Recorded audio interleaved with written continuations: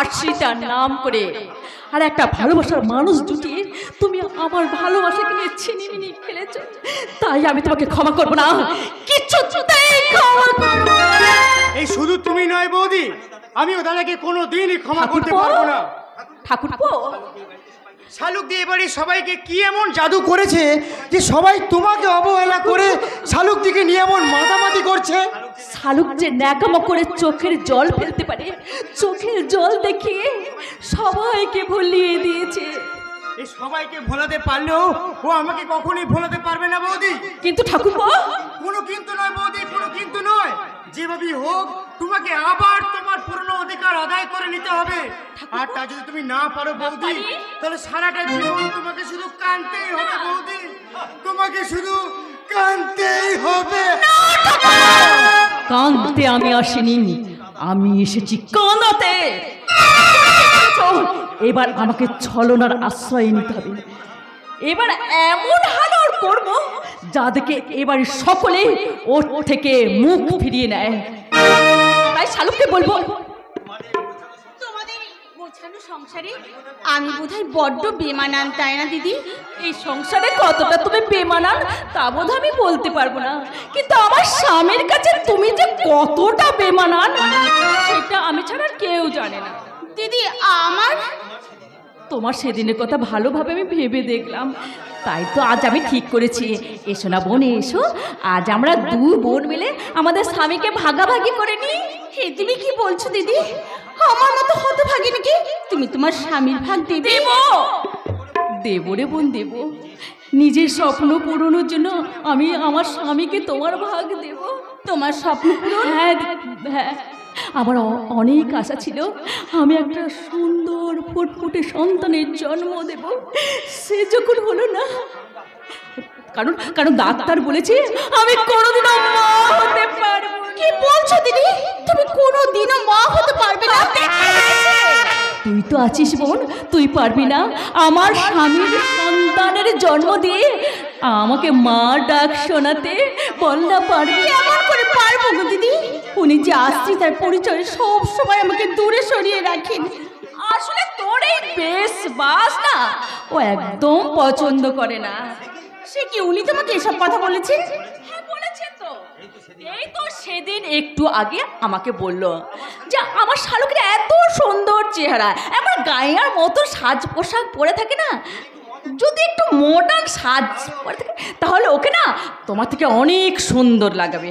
ছি ছি ছি, উনি তোমাকে এসব কথা বলেছেন? তোমার যে বেশি সুন্দরী আমি? কি যাতা বলছো? যাতা নয় রে বোন, যাতা নয়।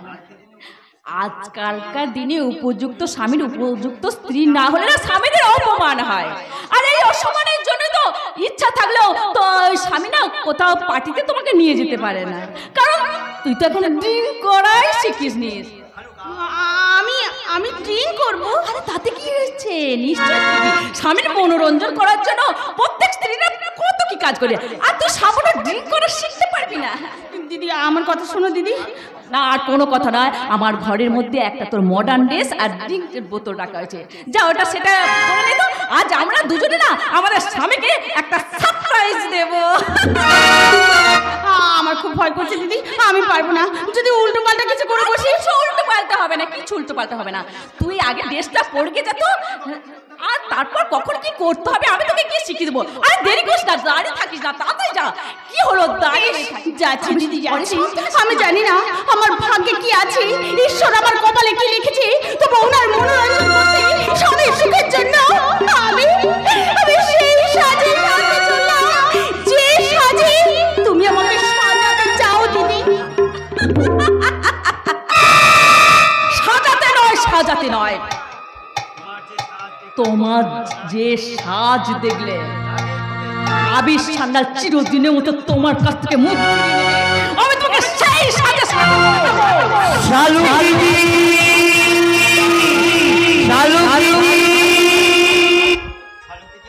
শালুক দিদি আছো নাকি?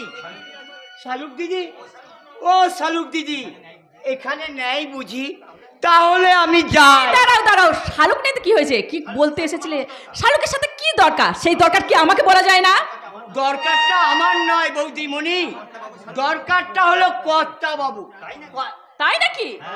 হ্যাঁ, এবং কি দরকার সেটা তোমার না জানলেও চলবে। জানলে চলবে মানে? আমি এই বাড়ির বউ, এই সংসারের সব ব্যাপারে জানার অধিকার আমার আছে। বউ? বউ তুমি এ বাড়ির বউ? তাই যদি হয় তুমি বউ হিসেবে এই বাড়ির কি করেছো? কেন কি করিনি? সংসারের মঙ্গল কামনায় তুমি একটা দিনও প্রদীপ জ্বালিয়েছো? আমি কোনোদিনও তুমি লক্ষ্মীর পদচিহ্ন এঁকে মা লক্ষ্মীর আরাধনা করেছো? আরে আমি করিনি তো। আর এই সংসারে জীবন্ত দেব দেবী যাদের আশীর্বাদে তুমি এ বাড়ির বউ হয়ে আসতে পেরেছো, তারা কি করছে, কেমন আছে, একটি বারও তাদের খোঁজ নিয়েছো? এসব করবো কেন? এসব ভাবার জন্য, করার জন্য তো শালুক আছে, শালুক, তোমাদের শালুক। তার জন্যই তো এই জীবন্ত দেব দেবীর কাছে এই বাড়ির বউ না হয়েও শালুক দিদি হতে পেরেছে এই বাড়ির পূজারিনী। আর তুমি এই বাড়ির বউ হয়েও বিদেশিনী রয়ে গেছো গো বৌদিমণি, বিদেশিনী। আর কে বিদেশিনী সেটা ঠিক সময় আমি সবাইকে দেখিয়ে দেব এবং সবাইকে বলে দেব। তার আগে চাকরকে আমি ঘাট ধাক্কা দিয়ে এই বাড়ি থেকে বের করে দেবো। কে আপনি? বলুন, কোথা থেকে এসেছেন? আগে বলো, এটা কি আমি? হ্যাঁ, ইয়েস, এটা আবির সান্যালের বাড়ি। তা আপনার কি দরকার বলুন? না মানে এখানে এখানে কি শালুক বলে কেউ থাকে? আমি আমি তার সঙ্গে দেখা করতে এসেছি। আমি আমি তার দাদা। দাদা? আমি অনেক খোঁজ খবর নিয়ে জানতে পেরেছি যে আমার বোন শালুক সাংবাদিক আবির সান্যালের বাড়িতে আসছিটা সেজে আছে। তাই তো আমি জানতে এসেছি নির্মাল্যকে বিয়ে করে কেন আজ আর নির্মাল্যই বা কোথায়? ও মাই গড, এই যে দেখছি মেঘ না চাইতেই জল। হ্যাঁ, ওনার অনুমান যদি সত্যি হয়, যে কোনো মুহূর্তে তো ঘটে যেতে পারে এই বাড়ি থেকে শালুক বিসর্জন। কি বদমাস মেয়ে বলো তো বোন, নিজের স্বামী থাকতে কিনা অন্যের সংসারে এসে পড়ে আছে। নির্মাল্যর সাথে ওর কি হয়েছে আমি তাও জানি না। তাছাড়া নির্মাল্য যে ওর থেকে মনিমানটা না হতো তাহলে ও তো আমার কাছে যেতে পারতো। তা না করে আমার মান একেবারে পথের ধুলোয়। শুধু আপনার মান সম্মানে পথে লুটিয়ে দেয়নি, এইবারে শান্তির সংসারটা নষ্ট করে দিয়েছে।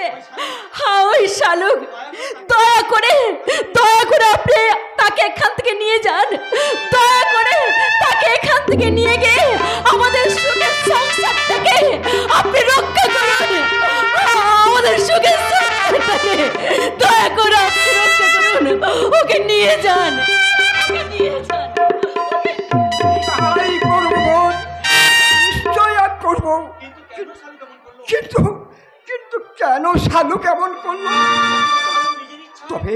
তবে কি শালুক নিজের ইচ্ছায় নির্মাল্যকে বিয়ে করেছে বলে নির্মাল্যর কাছে ধোকা খেয়ে সে লজ্জায় আমার কাছে দাঁড়াতে পারলো না? কে বলেছে আমি দাঁড়াতে পারছি না? এই তো আমি সোজা হয়ে দাঁড়াতে পেরেছি। কে তুমি? কি তুই এই কোন সাজে সেজেছিস? আমি? তুই মদ খেয়েছিস শালুক? হ্যাঁ, তো প্রথম তোর ওরে হতভাগী, এর চেয়ে তুই মরে গেলি না কেন? কি আপনি বলুন তো, আপনি আমাকে মরার কথা বলছেন? আপনি কি জানেন যে আজ আমার স্বামীর কাছে আমি নতুন করে বাঁচতে এসেছি? নতুন করে বাঁচার আশায় তোকে আমি বেড়ালাপনা করতে দেব না। চলো আমার সাথে। আপনি আমার হাত ধরুন কেন? ছাড়ুন, লাজ আমার, ছাড়ুন বলছি, ছাড়ুন। ভীষণ ভীষণ অসভ্য লোক তো আপনি। একজন অচেনা অপরিচিত লোক হয়ে আপনি আমার হাত ধরছেন। চলুন এখান থেকে, চলুন বলছি। শালু কেমন করছে কেন? তবে আমাকে বা চিনতে পারছে কেন? তবে কি সত্যিও আমার শালুক নয়? শালুকের মতো দেখতে, তবে তবে কি অন্য করো? না, হতে পারি না। নিশান শর্মা, ভাগ্যের কাছে তুমি আবার হেরে, আবার হেরে। আপনি কাঁদছেন কেন মশাই? আমায় ক্ষমা করো, এই অসময়ে তোমাকে বিরক্ত করার জন্য আমি তোমার কাছে হাত জোর করে ক্ষমা চাচ্ছি। আসলে আসলে তোমার মতো দেখতে আমার জীবনটাকে আমি খুঁজতে এসেছিলাম। সে আজ আমার কাছে মরে গেছে। মন আমার কাছে মরে গেছে। মরে গেছে তো মরে গেছে, তো উনি আমার কাছে এসেছে কেন? ধ্যাৎ, তখন যে কি সব হচ্ছে, তখন থেকে আমি সব কিছুই বুঝতে পারছি না। দিদিকে আমি কত করে বললাম আমি ড্রিঙ্ক করব না, তবু জোর করে আমাকে খাইয়ে দিল। আর তখন থেকেই এক কাপ কফি নিয়ে এসো তো শালু, মাথাটা আমার না ভীষণ ধরেছে। কফি নয় গো, কফি নয়, এই ড্রিঙ্কসটা তুমি পান করো, দেখবে কি কত ভালো লাগবে। তুমি কি সাজ সেজেছো? দেহে অর্ধ হুলঙ্গিনী অসভ্যের সাজ, হাতে মদের বোতল। এটা তুমি কেন সেজেছো? কার জন্য তুমি সেজেছো? তোমার জন্য। আমার জন্য? কি মনে করছো তুমি? এটা তোমার বিকৃত রুচির বারমহল, আর সেই বারমহলের বারমণিতা হয়ে তুমি আমাকে খদ্দের বানাতে এসেছো? শালুক, তোমার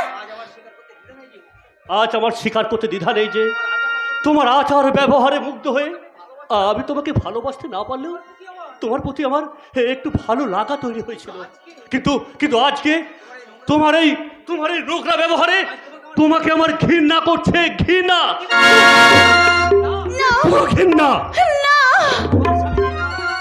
তোমার স্বামী নির্মাল্য যদি বেঁচে থাকতো, জানি না সে বেঁচে আছে কিনা মরে গেছে। যদি মরে গিয়ে থাকে, সে বেঁচে গেছে, কারণ তোমার মতো এই ব্যভিচারী সাজ দেখে সে তো আত্মহত্যা করতো। কি বলে তুমি? এতদিন যার নামে আমি সিঁদুর পড়েছি, তিনি আমার স্বামী নন? আমার স্বামী অন্য কেউ? হ্যাঁ, তোমার স্বামী আমারই বন্ধু নির্মাল্য। কি করে সম্ভব, যাকে আমি চিনি না, জানি না? চিনবে কেমন করে? তুমি তো নিজের শক্তি হারিয়ে ফেলেছিলে। আর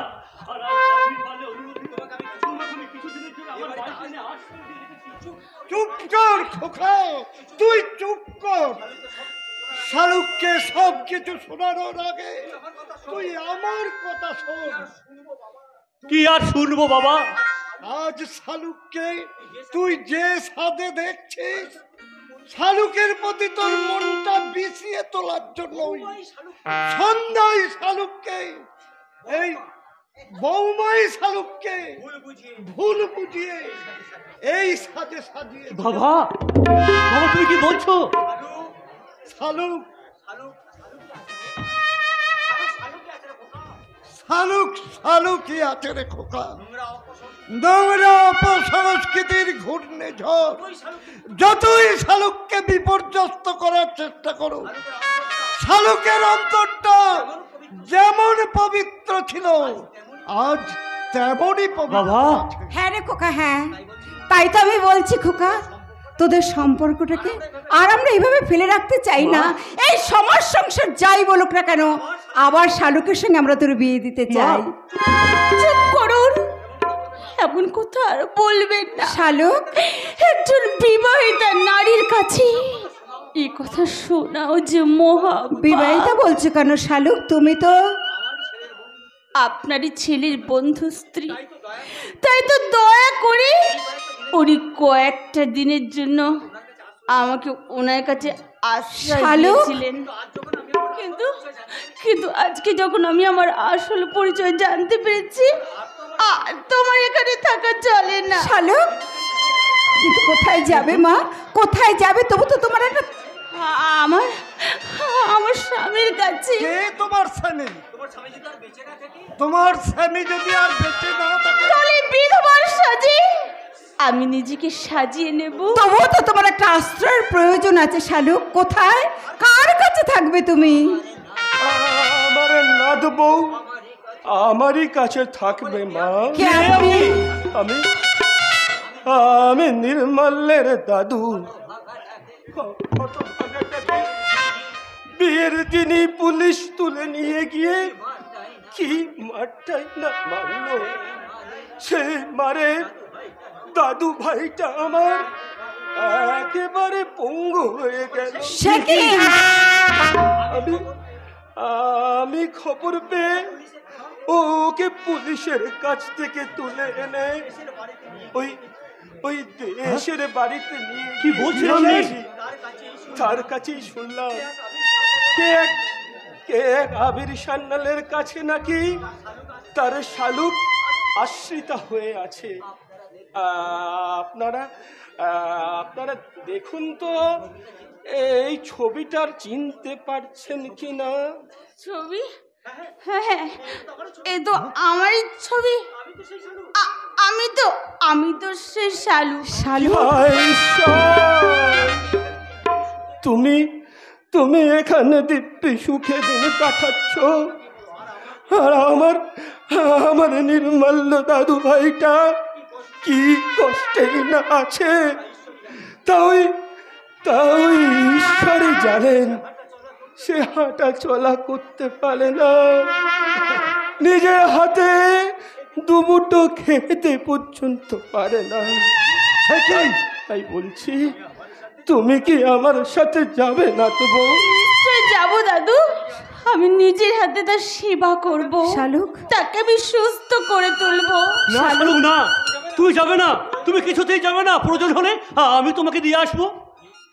থাক থাক আবির বাবু, দয়া করে আমাকে আশ্রয় দিয়েছেন, আর আমার কিছু চাই না। আমার অনেক উপকার আপনি করেছেন, এইটুকু করুণা নাই বা করলেন। আমি যখন আমার স্বামীর পরিচয় জানতে পেরেছি, তখন আমি নিশ্চয়ই তার কাছে চলে যাব। চলুন চলুন শালুক, যেও না শালুক, চলে যেও না। তুমি চলে গেলে আমার এই হাসি খুশি ভরা সংসারটা আমার যে দুঃখের অন্ধকার গ্রাস করবে। আপনারা আমাকে ক্ষমা করবেন বাবা, আমাকে ক্ষমা করবেন। না, নিজের স্বামীর সংসারের সন্ধান পাওয়ার পর আর আমার এখানে থাকা চলে না, থাকা চলে না।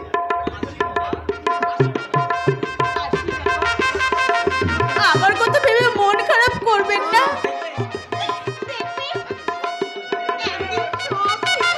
শালুক, শালুক, ঠিক হবে শালুক, কারণ আমি যে জীবনের শেষ প্রান্তে এসে একটা নির্মম শক্তি অনুভব করছি।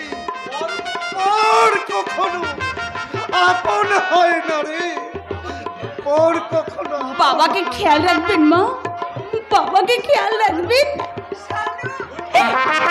দয়া করে, আমি যদি কোনো অপরাধ করে থাকি তার জন্য আমি আপনার কাছে ক্ষমা চাইছি, আর আমার আসল পরিচয় স্মরণ করিয়ে দেওয়ার জন্য আপনাকে অনেক ধন্যবাদ।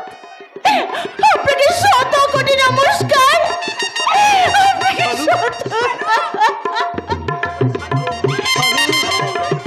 শালুক, যেও না শালুক, শালুক,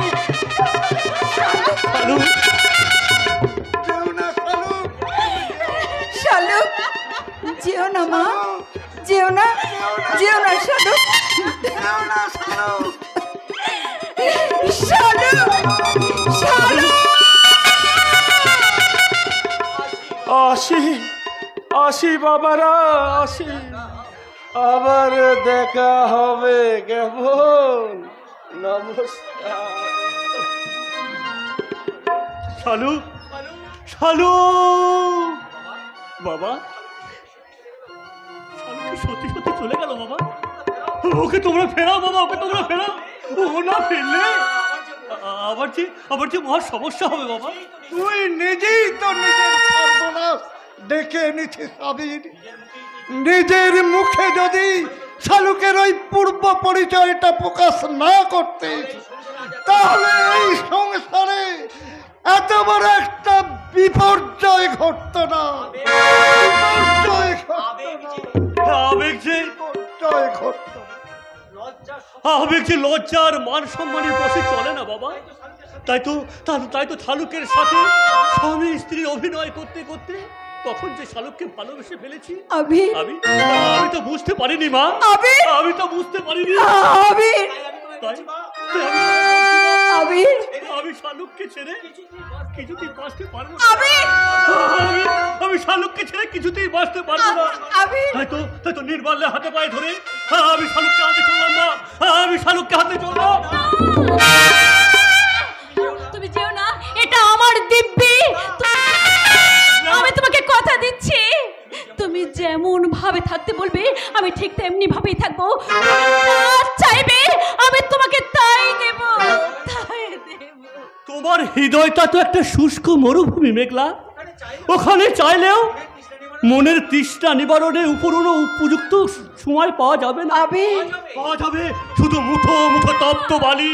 ভাগো না, এই হৃদয়ে ভালোবাসার ঝর্ণা ধারা আছে। মা আপনার ছেলেকে একটু বুঝিয়ে বলুন না মা। থামো তুমি, থামো। মা বাবা কখনো স্বামী স্ত্রীর সম্পর্কের সুতোটা বেঁধে দিতে পারে না।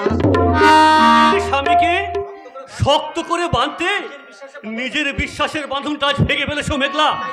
তাই তোমার প্রতি আজ আমার বিশ্বাস হচ্ছে না। তো তোমাকে আজ আমি শুধু ঘৃণা করি মেঘলা। অমন কথা বলো না, আমাকে তুমি একটিবার সুযোগ দাও, একটিবার সুযোগ।